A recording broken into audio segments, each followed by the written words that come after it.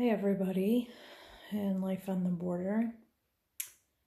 I'm making this video from our basement, which is also a mamad. The whole basement was built as a safe room. My two girls, 4 and 6, are upstairs asleep in their mamad. We're in Kibbutz Zikim. We've had non-stop explosions since 6 p.m., which is when Hamas promised they were going to start if Israel didn't remove their soldiers from the Temple Mount, which of course we can't, or there would be all chaos.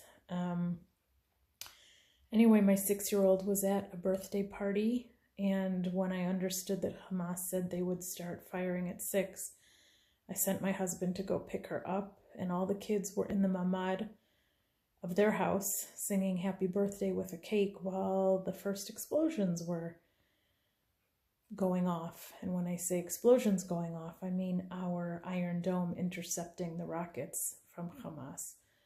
So my daughter and husband rushed home. We ate dinner to the soundtrack of explosions all around. And then my girls really just got scared and sick of it and went to go eat dessert in their bedroom, which is the mamad, and play in the bedroom while my husband and I ran there a couple times when we had Tseva Adoms.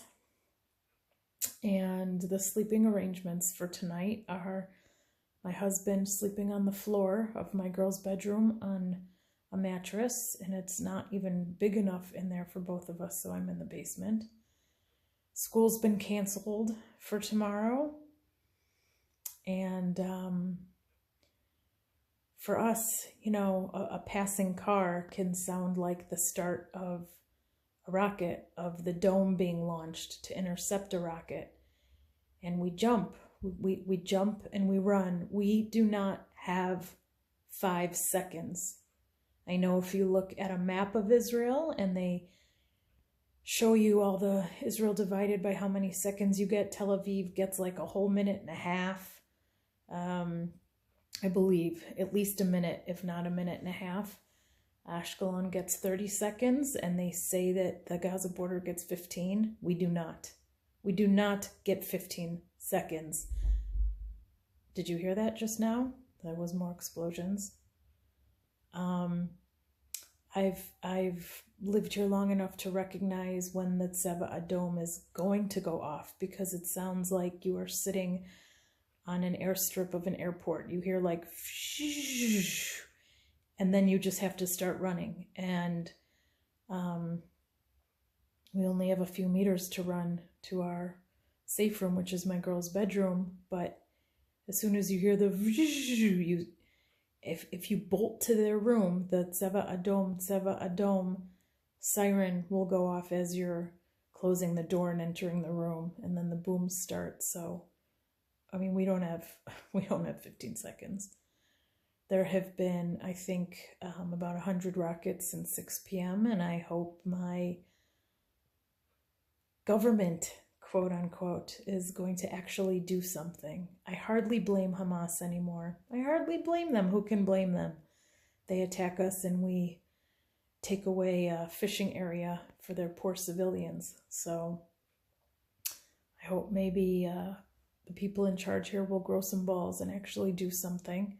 Everything that's going on in Jerusalem is also just terrible.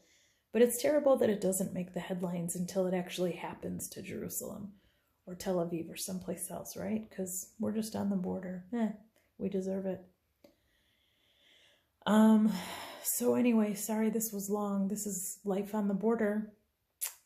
I didn't even make myself tea tonight because I didn't want the kettle noise to keep me from hearing the rockets or the Tseva Dome. We didn't watch TV. And I didn't do a load of laundry because I didn't want any of those noises to bother us having to run for our lives. So that is Life on the Border, folks. Thank you for tuning in. Quiet, peaceful night for all of us.